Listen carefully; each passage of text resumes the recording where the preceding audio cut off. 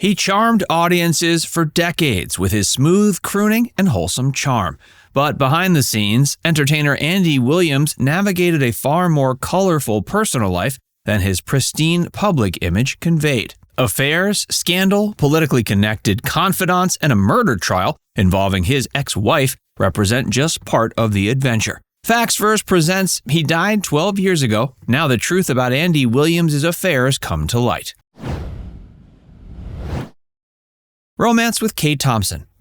Andy Williams carefully cultivated a clean-cut, wholesome image over his long career as an easy-listening crooner. With his squeaky clean public persona, featuring cardigan sweaters and harmless banter, some may be surprised to learn of the adventurous and scandalous life that he led off stage.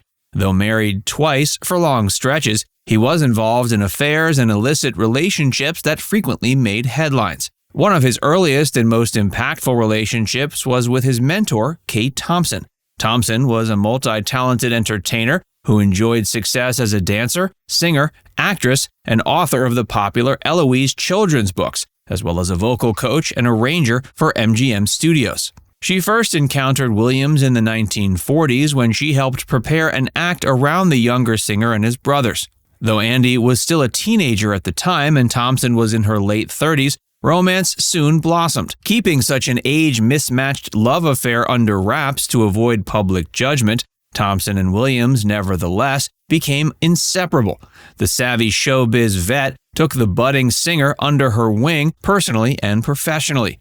She aggressively promoted his talents, negotiated recording contracts on his behalf, and molded him into a polished solo act. Their secret relationship afforded Thompson an incredible amount of control over shaping the young man's career as she saw fit. But rumors started to spread. The pair even spent a cozy summer together in 1948, living in Thompson's coastal home on Nantucket.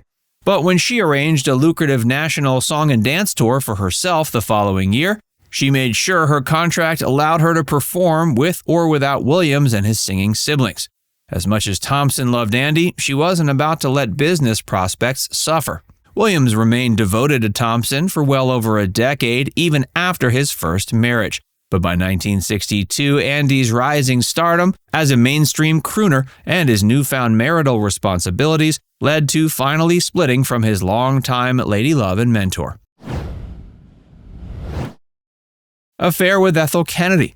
Williams eventually found himself linked to another powerful woman over a decade later, though she was better suited to his age and station in life.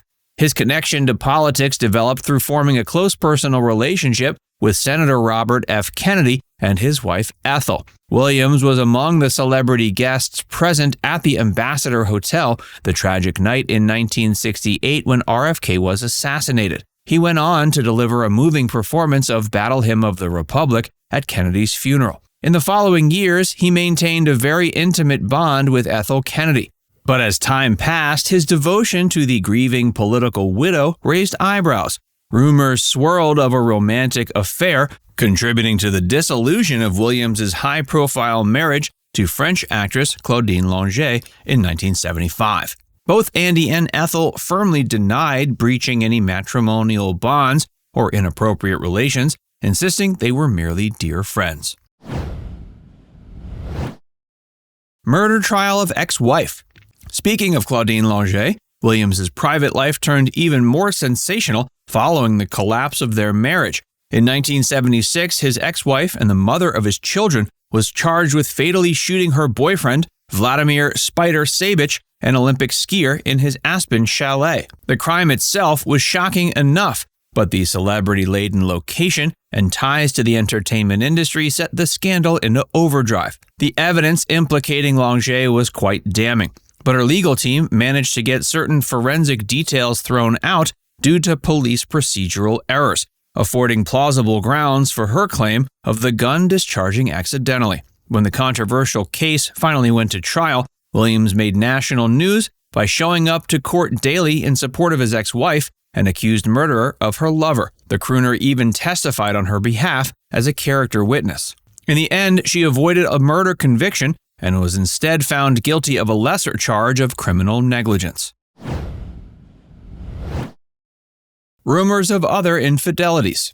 Beyond these major documented romances, Williams was subject to other rumors of infidelity and extramarital dalliances. As a handsome celebrity with a natural charisma and widespread popularity with female fans, such attention apparently proved irresistible at times. One account from biographer Richard Levy recalls Williams approaching a young Danish hotel clerk named Susie while on tour in Copenhagen circa 1970. Allegedly still committed to wife Claudine Longet, he nevertheless purchased an expensive diamond necklace to be delivered to the girl's room, along with instructions to meet him privately later. Williams adamantly denied tales of reckless womanizing behavior, which would have severely damaged his scrupulous image. But accounts persisted from some friends and past associates skeptical of his steadfast, faithful family man persona. Whispers of casual flings with groupies and tailor-made travel trysts reaching his handlers never fully faded during the height of his fame.